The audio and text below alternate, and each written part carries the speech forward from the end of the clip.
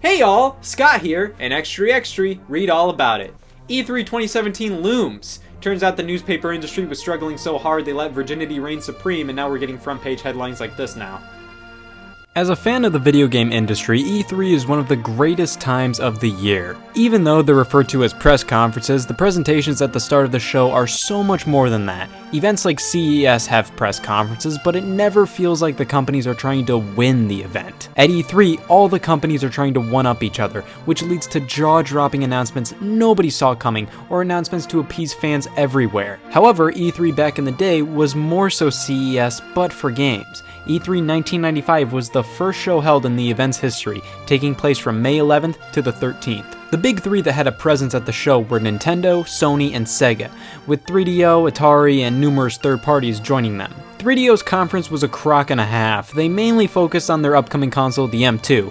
It was cancelled in 1997, but check these swift graphics it could pump out.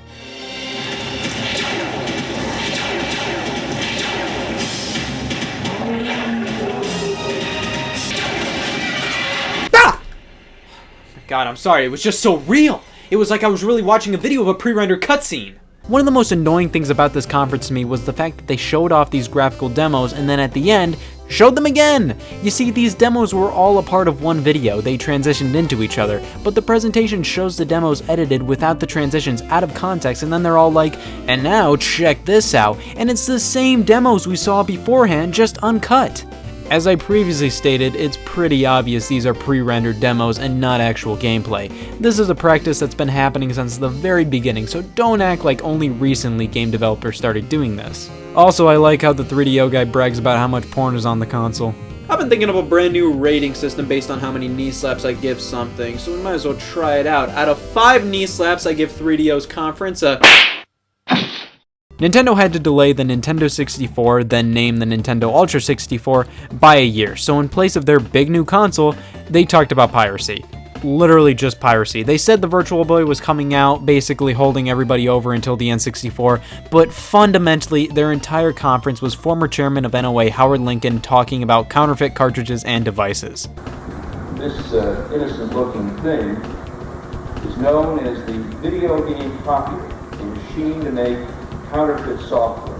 That was it. So Nintendo showed off a few SNES games like Killer Instinct, Donkey Kong Country 2, and Earthbound, while also showing off the Virtual Boy, so they had some good games to show off, but it was definitely lacking.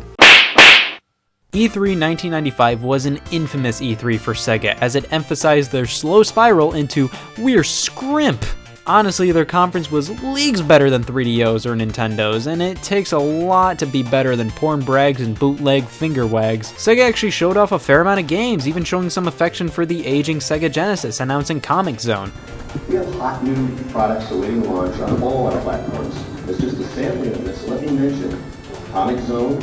But it was all about the Sega Saturn, and Sega announced it was available now for $399. Not one of the smartest tactics around. We started our rollout of the Sega Saturn yesterday.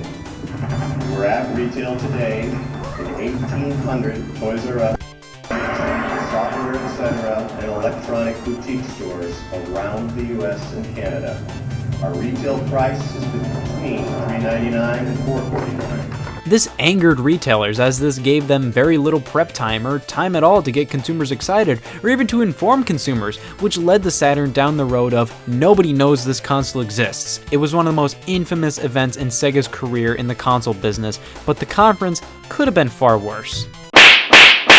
Sony's conference felt like it flew right by. To be fair, all of these conferences are only around 20 to 30 minutes, but the majority of them dragged. Sony's was pretty quick, even though it was just about 20 minutes of, look at us, we're Sony, we sell concrete matter and even the Walkman. Camcorders the size of a paperback? Okay, let's get this done. The show is basically Sony explaining why they're entering the games industry, popping up a sizzle reel and then giving Sega a solid lick to the chin with the announcement that the PlayStation would retail for $299, 100 bones less than the Saturn. Sony Computer Entertainment President of America, Steve Reyes, join me for a brief presentation. $299.